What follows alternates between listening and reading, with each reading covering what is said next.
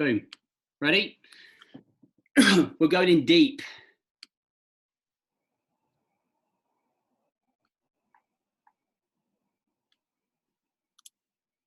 What a fucking ball bag. Deep in technology, mate. Oh, mate. It's like, this is why I pay people to do it. But like when I'm here doing it, it's like, right, I think we're going live. I'm going to get this up ready so I can see. If not, we're at least recording it on Zoom so we can podcast it. Here we go. 3.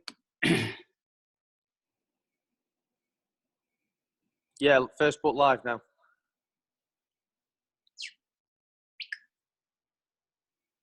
It's just uploading, redirecting to Facebook page.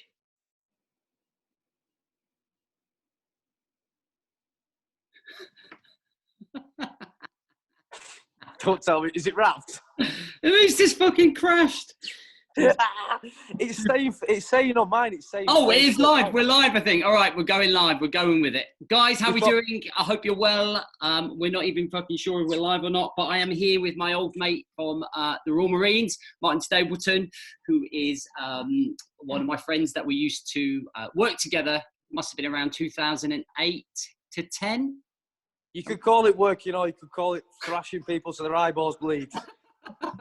But definitely living the dream is what I would say it definitely was. Living the dream, mate. The dream.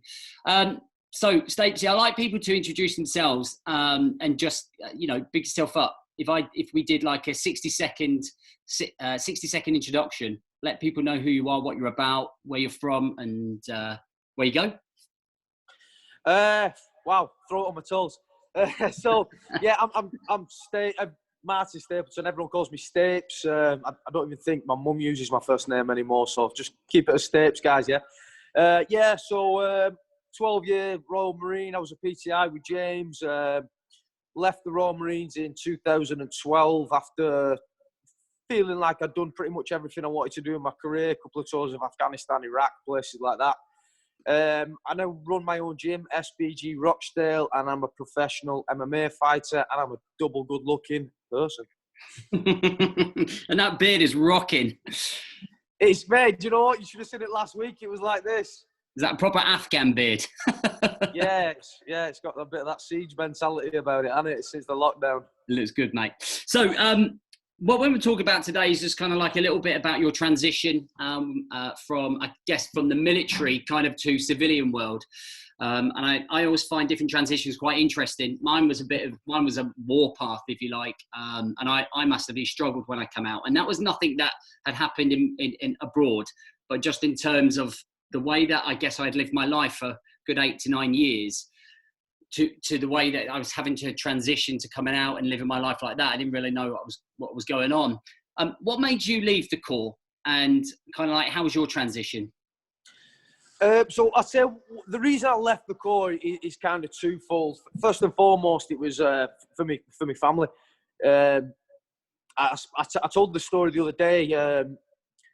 During the last tour of Afghanistan there, my son was so when I went to Afghanistan, Haley, my wife, was pregnant, and during the tour, you know, you get your 2 weeks leave, your 2 weeks R&R. I came home for them 2 weeks R&R, and my son was born during those 2 weeks R&R.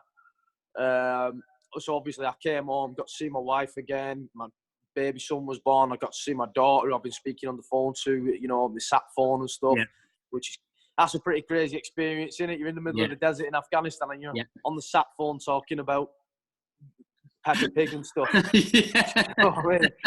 But, you know, rounds are coming in. But, so I was at that kind of stage where it was like the operational tempo that was going on with Afghanistan and stuff like that.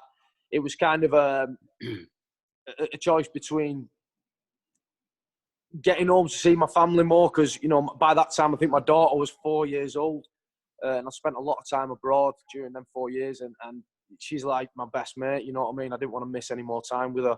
Yeah. So there was that, and then there was obviously my mixed martial arts career as well, because I was competing then in MMA at quite a high level. You know, I won a few British titles and stuff. I've been over to Las Vegas and competed on the Ultimate Fighter. And I felt like with the operational tempo that the Corps was at, it was all or nothing, weren't it? It was either you know, you're a bootneck or not. Yeah. And then I felt with me, with the level I was at with fighting at the time, it wasn't anything incredible level or anything, but the same. If I wanted my career to progress, it was either all or nothing. So I had to choose one or the other. Yeah. I felt like I'd kind of done everything I wanted to do in the Corps. I loved every minute of it. And with the weight of the MMA career and the massive weight of wanting to come home and see my family more, it was an obvious choice was to leave and do what I wanted to do, you know. I mean, the other thing is, operational tempo aside, living up in the north of England, all our bases are down south. Sometimes I'm getting home on a Friday at 1 o'clock in the morning and then setting back off on a Sunday, and I've seen my kids for a day and a half. Yeah. And mate, what you said there is exactly what I used to say all the time. That's why I left. I was doing this, you know, as you know, 700 mile, 800 mile round trips for a day and a half. Yeah. And then like the kids are crying when you leave on the Sunday to go home, and you're just like, oh, this is like, and you know, and for me, it got to that point where like we had to start thinking about primary schools and stability in terms for the kids. So my wife at the time wanted to move back home, so they had stability, you know.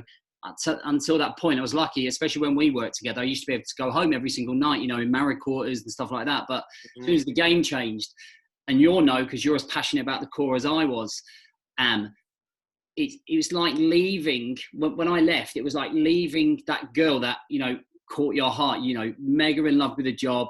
I literally loved my role. I was proud as hell to like wear my beret. It's like, it's even there. There it is. And, and it was and I think that identity, you know, that we create as a Royal Marine Commando, we carry that into Civilian Street when we went in. And I didn't know how to be anything different. And I was trying to keep my identity as a Royal Marine PTI, where, you know, we had identity and purpose and passion and drive about everything we did. And when I went into Civilian Street, I couldn't find anything that would replicate that until I created my business, you know, and I spent 2-3 years really in deep shit mentally, like trying to figure that out. Is that anything you went through, or did your MMA kind of like transport you on? Yeah. So, I mean, well, a couple of things on that is, like, first of all is that you spoke about there, like carrying your identity, you know, forward into civilian life or something. That's something that I feel like I've done more the longer I've been out of the Corps. Okay. Because the longer I've been out of the Corps, the more like reflection time I've had to look back on what we did. Because when you're there doing it, everyone, like all your mates are doing it, you're doing it, Ginger's, all the lads are doing it. Yeah. So you feel like that's just what everyone does. Yeah. And then you leave the Corps, and then you realise that the lads that are out there doing them sort of things are like a minute fraction of society. Yeah. And then all of a sudden you realise, shit, that was pretty fucking special what we did. Yeah. And or not special, but special to me anyway. Yeah. So it's a special chapter. You know?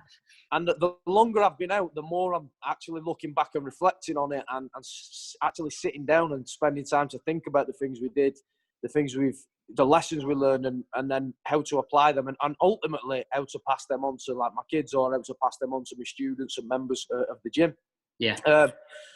The other thing I'd say on my transition was I was very lucky, mate, because I knew exactly what I was leaving for. Yeah. And I had a clear kind of career path. You know, I was opening my gym. I wanted to establish the gym. I wanted to establish a team of fighters. I wanted to establish a membership base of people who love martial arts. And I kind of already, as soon as I left, that gave me purpose, you know. And then obviously my fight career on top of that gave me purpose to get my ass up and get to training every morning and try and achieve those personal goals that I've got. So I felt quite lucky that I always had that purpose like ready for me as I left. I kind of stepped straight into it. It wasn't, I was lucky. Like I've spoke to a lot of lads who struggled with that. And I think for me, a lot of that can come down to, you know, planning and prep, having, you know, a lot of lads leave the military because they're sick of the military. Yeah. They don't leave the military because they're looking forward to something after it. Yeah, 100%, mate. Does that make sense? Yeah, it does, mate. Yeah. So, I mean, when I left, I was lucky enough to go into a job role, and that job role was like working at college with 16 to 19-year-olds, which wasn't my idea of fun, right? So on the Friday, I was working with motivated recruits and people that wanted to be there and were listening to you and respected you. Literally on the Monday, I started in the teaching 16 to 19-year-olds who were just like this on the, like you would have, like, mate, I can't, mate. It's just like, I'll tell you a little story. I had something similar, right? So before we opened the gym, we were like running free classes while we had the mats down. So this was before we had heating on or anything. We had some mats down. It was freezing in here, but I thought we'll just run some free classes to get some bit of a motivation going and get people involved. Anyway, so I was actually still in the corps at this time. Pete Jordan was the sergeant major. He was letting me go. Yeah, he was letting me go home like 4 days a week to get the gym set up. Brilliant. And then I was going back to camp for a couple of days, and it was a good.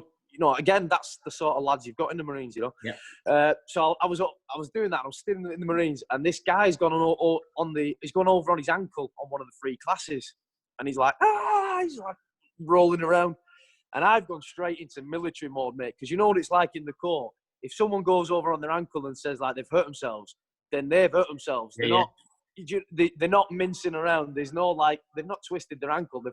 I've seen lads with broken ankles still complete a 30-miler. Yeah. So I'm expecting this guy to have a massive injury. So I'm like, to everyone else, I'm like, right, stop, step away, blah, blah. I've got over to him and he's got like a twisted sock or something. And all of a sudden I'm like, hey, fella, get yourself up, get a grip of yourself. Over there, fella. Proper debriefing him. But yeah, it's a mad one. It's a change of, it's just a change of like, it's like living on another planet. This is how, when you talk about reflection. It is. And I used to think about the bubble that we used to be in, it was almost the analogy some of the lads used to say sometimes, if I stood in the middle of a road and a lorry drove into me, the lorry would disintegrate around us because we've just felt unstoppable. Like, that was the mentality of us, that we were unstoppable. 100%. But the thing is, mate, what a good mentality that is to have, because when you're surrounded by a group of other guys, like when I tell stories about the staff room, all the stuff we got up to in that staff room to people, half the time they don't believe me because it's so wild. Do you know what I mean? Yeah. Like, we think nothing of kidnapping someone, taping them to the bottom of a diving board at 10 metres and leaving them there for a week, or maybe not a week, maybe a couple of hours. But that's a daily occurrence. But I think that's also needed in them kind of roles, because you need that kind of alpha male mentality in that position because of the job we did. We're not there to. You're not PTs, are you? You're there to create physically and mentally robust Royal Marines that are ready to go to war at the end of the day. You're not training people to do a WOD in the gym. You're training people. This is what I think. This is what's it's a critical point as well. Our responsibility, and it's not like when I see people of classes of 10, 15. When I started my boot camp, we would have 60 in there. But if you think about the classes we used to take, and in those first 9 weeks, we were responsible for getting guys out to bottom field, and we'd have 60 guys in a troop, and yet all of those guys' development is down to us. So it was frowned upon. If these guys are not meeting the standard, it's down to you. And that's it. Oh, mate, yeah. When there's always like someone on the staff who's recruit troop are not doing as well as the others, and then it swings, and then it's someone else's recruit troop, and it's all. But that's a good thing. It's that like professional competition, isn't it? Yeah. And I think the standard. And we used to work really, really fucking hard, but then we used to have that play hard. And that balance is something that I encourage in a lot of the guys that I work with. Is when I'm sitting there drinking a beer or having chocolate or Belgian, he's like, that's fine, but I do the work on the other side. And I think, I guess it's the same for your guys, but balance, right?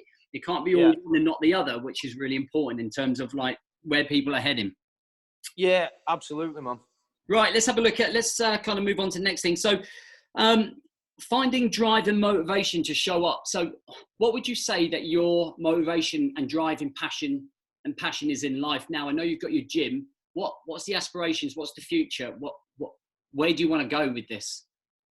Are you going to with my gym particularly? With your gym, with you, are you going to pursue in your fighting career even more? Are you wanting to be like that coach to future champions? What's kind of your vision? What's your drive when you wake up in the morning? So I did a little video about purpose a couple of days ago on my Instagram. I talked about this a little bit. I didn't talk about my personal passions or purposes, but I talked about how people searching for that, because I think that's important. That you cannot set out on a task that's going to take up a lot of your time, a lot of your resources, a lot of your energy, unless you have a clear vision, a clear purpose of why you want to do it. Do you know what I mean? Yeah.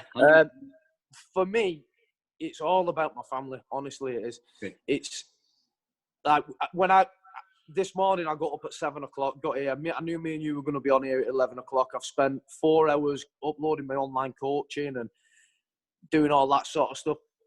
For me, all of it is about setting a good example and being a good role model for my kids and for my wife, and obviously being able to provide for them and hopefully leave them something that's sustainable for them when they're older. I'd love it if my kids were able to take over my gym when I'm older or something like that. Now, as time's gone by, obviously, that purpose has got a lot wider for me as well, because as time's got by, I've now got 50 kids, other people's kids that I coach jiu-jitsu. I've got 100 guys that I coach MMA and jiu-jitsu. I've got other coaches that coach 100 students for boxing or Muay Thai or whatever. Yeah. So my purpose for me now has become much wider. It's about helping guide them. And again, I don't ever want to sound like I'm some kind of preacher, like as if I know all the answers or I've got my shit together, because I haven't got all the answers and I haven't got my shit together, but I'm trying to get it together every day a little bit better. Yeah, 100%. And that brings me on to like the third part, is when you mentioned about my fight career. And yes, I do want to continue pursuing my fight career, and I'm going to. But now my fight career is not about me achieving status or anything like that. My fight career now is about me taking on lessons that I can use to guide my students. And it's about me setting a good example for my students. Leading from the front, right? Leading from the front. Yeah, I thought deeply about this a couple of years back. I went through a little bit of a bad spell.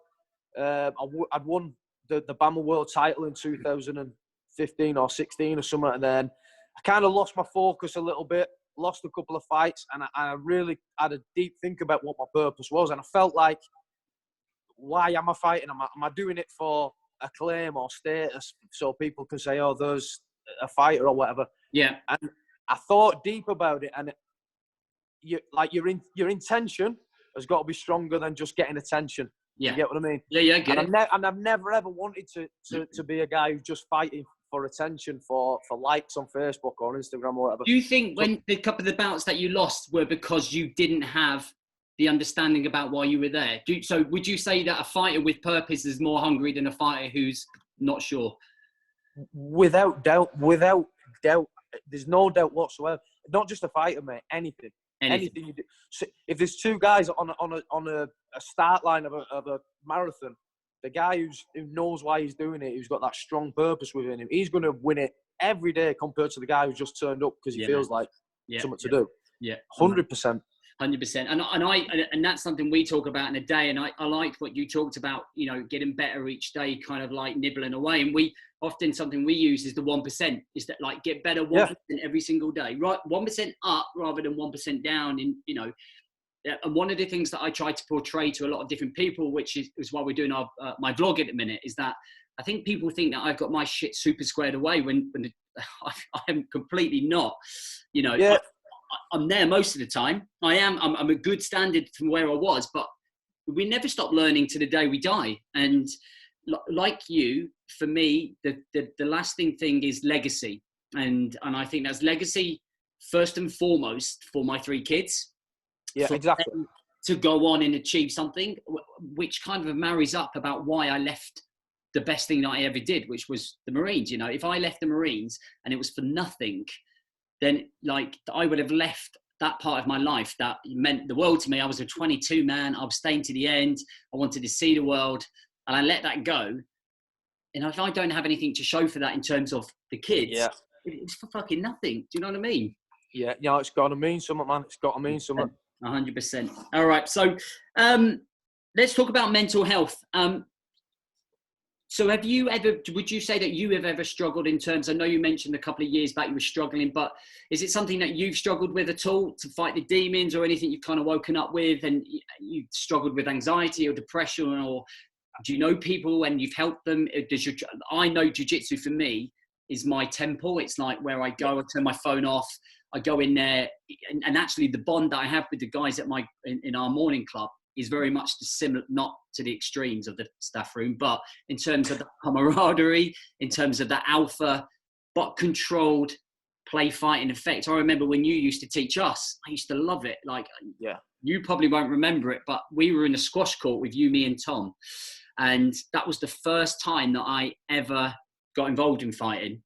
And we did, I did 20 minutes. And I remember coming out with blood down my top and sweat. And I was like, you and Tom, you're both purple belts or something. And it was me. First time I've ever shot, like every two, like tapping. Hey, I was actually officially still a white belt then. Oh, yeah?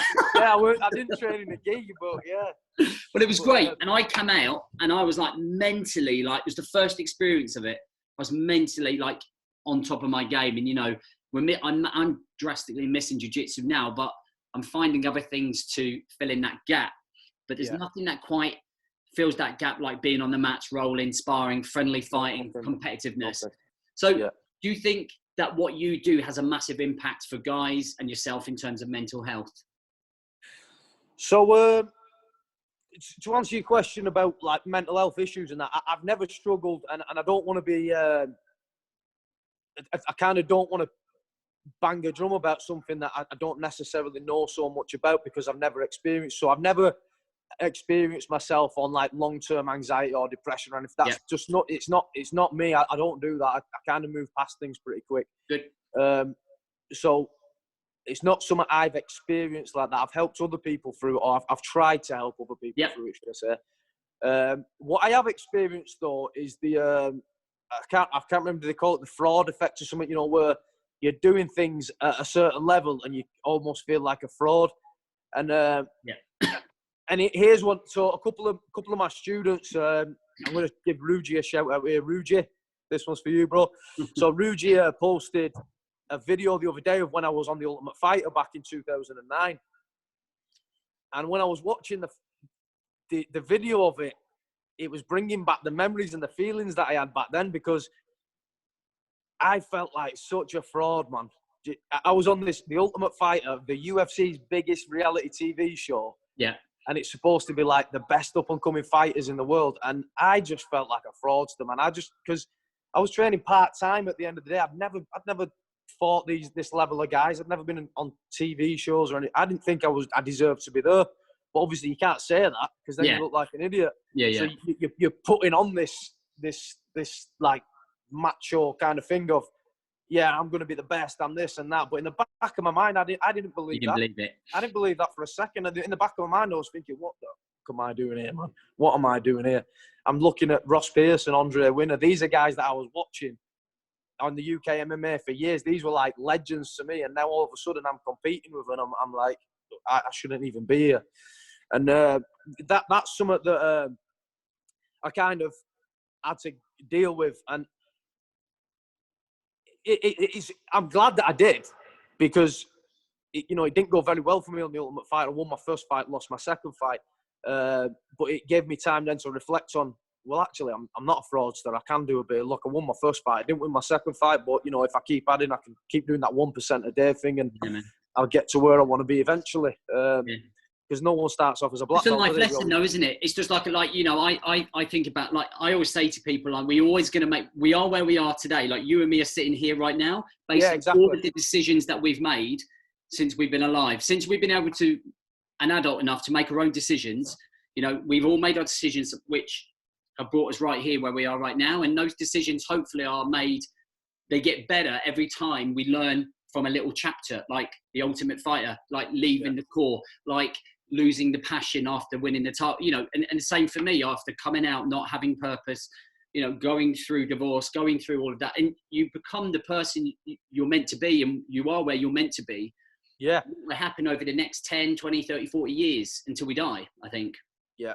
Well, this is the thing, mate, and that's comes back to what I was saying a bit ago, is like when myself or you, so a lot of people have been on to me recently about people from our generation of Marines. Yeah. And like saying, there's so many of you putting stuff out, it's crazy. And, you know, I think, how do I say it? I think the reason is that none of us are saying that we've got any answers. Like, I haven't got any answers to anyone over anything. What I have got is a shit ton of experiences, a shit ton of failures, and a shit ton of mistakes that I made. Yeah. That I can use to help guide someone. Yeah. Maybe get a little bit better. Yeah. Yeah. I ain't got any answers to nothing, but I've got a shitloads of mistakes in the bag that I made that I can help other people not make. 100%. And I had to correct someone the other day because I quite often get called a life coach, and I fucking hate. Yeah, I can't stand that, son. I hate it. I am definitely not a life coach. I'm just a dad. Sorry to butt in, but do you know you can actually do a life coach qualification? But this is just, so let me just say, this is what I'm coming on to here, right? So this is what I was coming on to. So, like, to me, if I was going to look it up to somebody who was going to help me change the way that I looked, I'd want to go through someone that has battle scars, someone that has been through what I've been through. And like what I always say to any guy that anyone comes through my way is that, like, all I do on social media is document everything that I'm going through or have been through or I'm thinking about doing. And that is literally based on building up your scars through life.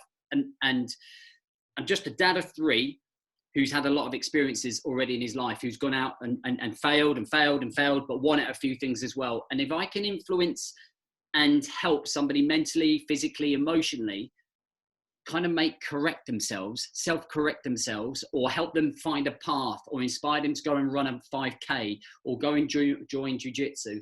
And that's how I see you. That's how I see some of the other Ant Middletons and the Jason Foxes and all of the positive people that are within the industry of the military who are now helping people. You look at all of those guys, they all have different experiences and battle scars that they're carrying. Well, yeah, I mean, I think the thing is, and again, I was talking about this the other day as well, is the thing from the lads that were in the Corps during our time period, it was different from any other time period that there's been. That, like, kind of 11 or 12 year period from Telic 1 in 2003, from, you know, the beginning of Iraq until about 2014, 15, when Afghanistan started cooling down. Yeah. There's never really been a time like it with such a prolonged operational tempo where people are in and out. And even if you're not on ops, some of your best mates are, and you're watching TV hoping that you've not lost them. You know, it was a bit of a crazy time, mate, and we all took a lot of lessons for it. And I'm glad that, you know, I was part of that. Yeah. I wish some of the things hadn't happened, like losing Butchie and losing Tomo. Those are 2 things that will always stick with me, and I think about them every single day, if I'm honest. I've got two poppies tattooed on my right shoulder for the both of them, so I see them every day. Love it. But it keeps you humble, right? It keeps you humble and gratitude, and you almost feel like you have to live your best life because they weren't able to. So you kind of do justice. I'll tell you what it does, mate. The days that I'm slipping, the days that I'm not motivated, or the days that I'm being lazy, and then it gives me a kick up the arse to remember, get your shit together, man. Yeah, you've got nothing to complain about. 100%. And I have to say that when I look at a lot of it, so like Mark Ormerod as well, he's coming on a show Thursday. Right, yeah, jeez, what a guy. What a guy. And I look at some of these guys and I look at them, you know, 1 limb, or some guys have got 2 limbs, and yet they achieve the most incredible feats. And mate, Mark Ormerod is one of the most inspirational guys I've ever met. Yeah, 100%. You know what I mean? 100%. Yeah, he's coming on the show Thursday at 9. I'll be listening to that. Yeah, he's such a legend. Mate, we're running out of time. So listen, where can people find more information about you? How can they follow you? Because I know you do some great videos on Instagram at the minute, and I think a lot of people would benefit from finding you. Yeah, thank you, man. Appreciate it. So, I've got my Instagram is Stapes_50cal. My Facebook page is Martin 50cal Stapleton. We've got an online coaching program going out through my gym's Instagram, which is SBG Rochdale, and that will be available on our website, new website that will be up by this weekend, hopefully. You So put give that, us a follow. put that in your bio on your Instagram page. I put it. Yeah, I'm going to be whacking it on there as soon as the online programs. So there's about 20 guys on it at the moment. Yeah. So I've been like just testing it and refining it a little bit, and then we're going to put it out on maybe the end of the week. Amazing. Starting next week for a bit more, open to more people. 100%. And I think maybe if you're free on the 5th of September, it would be great to have you come down and do maybe like a half an hour talk at our seminar that we're going to do. 100%, mate. I'm always up for that. Yeah, come down and I'm going to see if I can persuade Mark. It'd be great to have a catch up and a few drinks. Yeah, definitely, mate. I'm up for that. If we're allowed out. The drinks might not happen, mate, because as soon as the lockdown's over, we're in fight camp because we're getting back after it. Good man. Good to me. Yeah, brilliant. Mate, I know you're a busy man. Thank you for coming on. I appreciate it. We'll have a chat quick after, but I'm going to end this live feed. You go and find Stapes. I will get his, I'll write down his details where he is on Instagram, on the bio, on this Facebook page, and on the podcast. You can catch up with him. Thanks for watching.